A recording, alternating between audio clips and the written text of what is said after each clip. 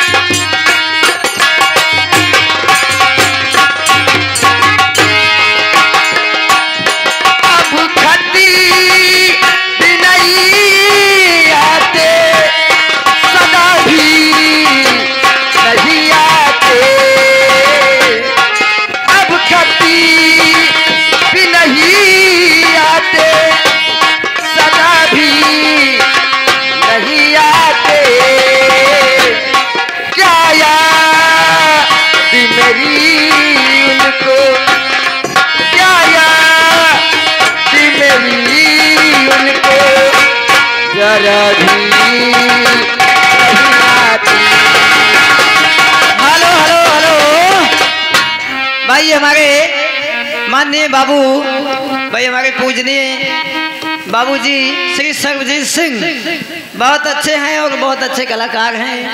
मैंने देखा है रामलीला कमेटी में बहुत अच्छा। अरे हम तो सकते हैं, मैं तो साथे रही हूँ। अच्छा मैं तो साथे रही हूँ। अच्छा ठीक है भाई। ये 100 की नोट में 51 रुपये मैडम जी आपके लिए प्रदान किए हैं जी।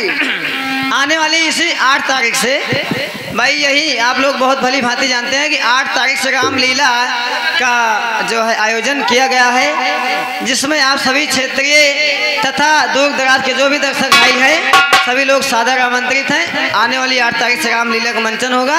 आप लोग भारी संख्या में पहुंचिएगा। बाबू सर्वजीत सिंह की तरफ से 51 रुपये आपके लिए नो राइटिंग। धन्यवाद।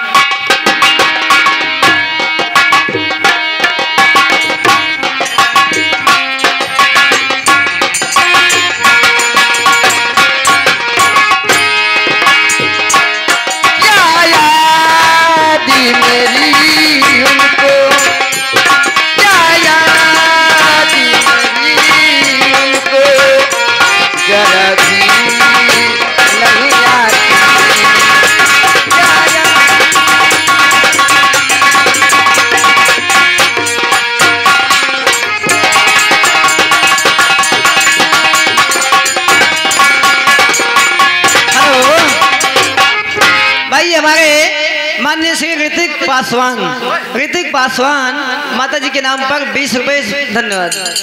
आइए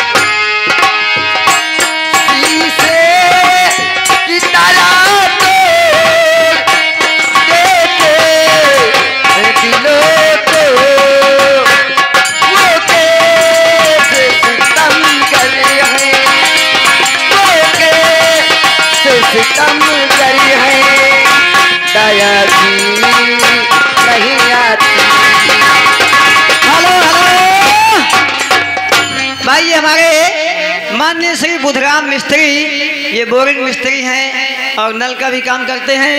ये प्रभात के पूर्वास से हमारे मिस्त्री जी की तरफ से 101 रुपये माता रानी के श्री चरणों में प्रदान हुआ है और 51 रुपये हमारी बाबा कंपनी के लिए प्राप्त हुआ है। धन्यवाद। की तरह तो देते हैं लोग वो कैसे सितमगर है, वो कैसे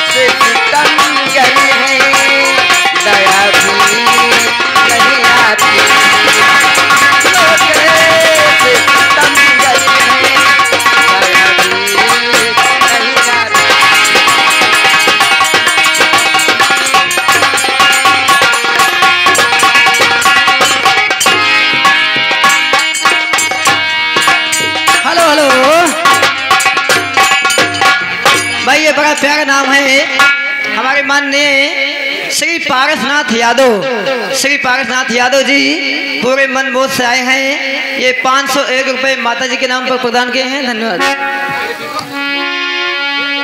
बीमार मोहब्बती को सजा भी नहीं आती।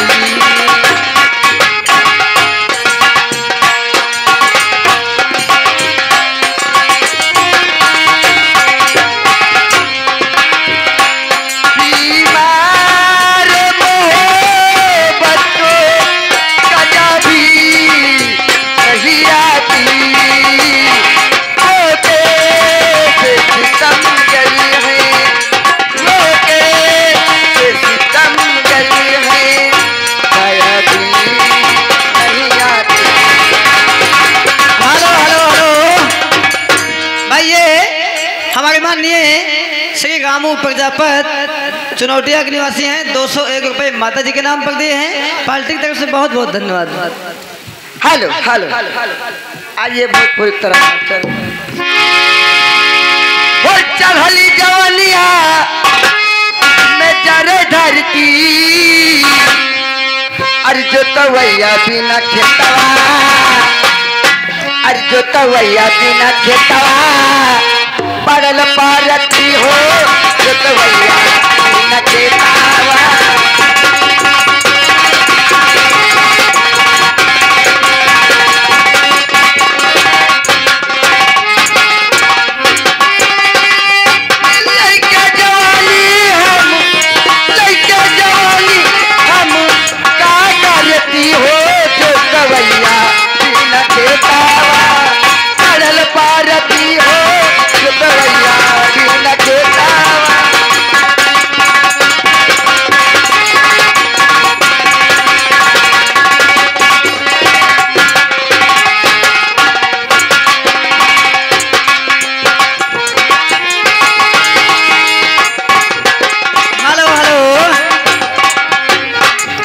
भाई जब दर्शक अच्छे मिलते हैं तो काम करने में बहुत मजा आता है। ये हमारे बड़े भैया श्री मुकेश मिश्रा जी बहुत अच्छे हैं। आपके लिए 20 रुपये नो राइटिंग और गाना सुनना चाहते हैं। तुम याद ना आया करो, याद आने से पहले आ जाया करो। चचा का फरमाइश से है गजल। कौन गजल गाओ। कौन सी गजल? कहीं कोई गजल गा दो। अच्छा ठीक, गजल के बाद में भैया गाना तुम याद ना आया करो। धन्यवाद। ठीक ठीक। हेलो हुर आहा कलबू परिणाम मुनाए आहा कलबू परिणाम मुनाए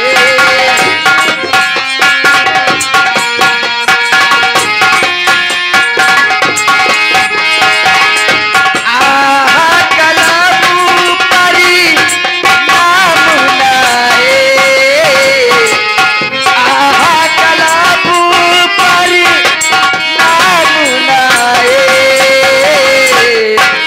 मुझी पे कोई इल्जाम ना आए, मुझ पे कोई इल्जाम ना। हेलो, ये हमारे बड़े भैया श्री अर्जुन ठेकेदार रायपट्टी से आए हैं। 201 रुपये माता जी के नाम पर प्रदान किए हैं। धन्यवाद। आते हैं।